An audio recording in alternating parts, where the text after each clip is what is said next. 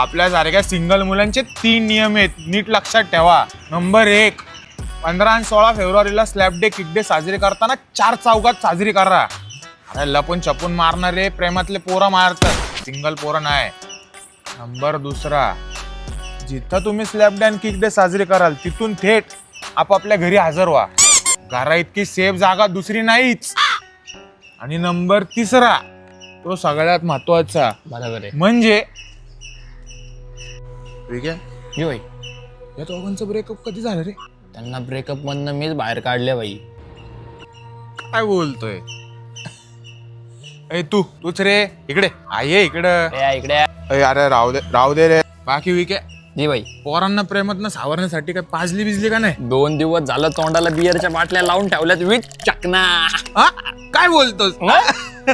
Beer पिऊन ढेऱ्या वाढल्याच पाहिजे. बाबू सोनू पिल्लू म्हणत म्हणत आपण काय निब्बा निब्बी आहेत का काय? येतो. जी बाई. बाय तुम्ही त्या मागाशी 3 नियम सांगितले होते, 3रा नियम तुम्ही सांगितलाच नाही. अरे तेवढ्यात तर तुम्हाला दिसला आणि आमच्या सिंगल मुलांमध्ये आला. नंबर 3, सर्वात महत्वाचा नियम, नीट ऐक. उगीच कोणाला स्लॅब डे आणि किक डेच्या दिवशी फटके मारायचे नाही, तर डायरेक्ट विषय करायचा.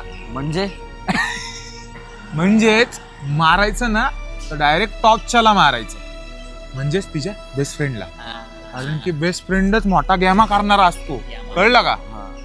चल.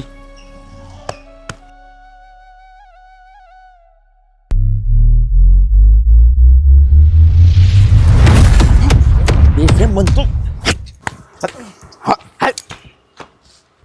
ए विक्या, हाच होता ना तो माझ्या गर्लफ्रेंडचा बेस्ट फ्रेंड? जी बाई. अरे तुम्ही आमच्या गर्लफ्रेंडचे बेस्ट फ्रेंड बनणार तर आम्ही बॉयफ्रेंड लोक फटकवणारच ना.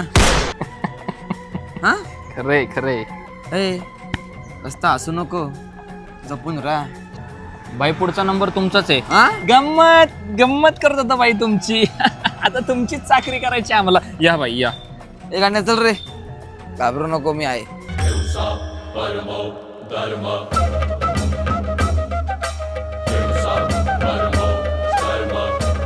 खाताय मार लवकरच.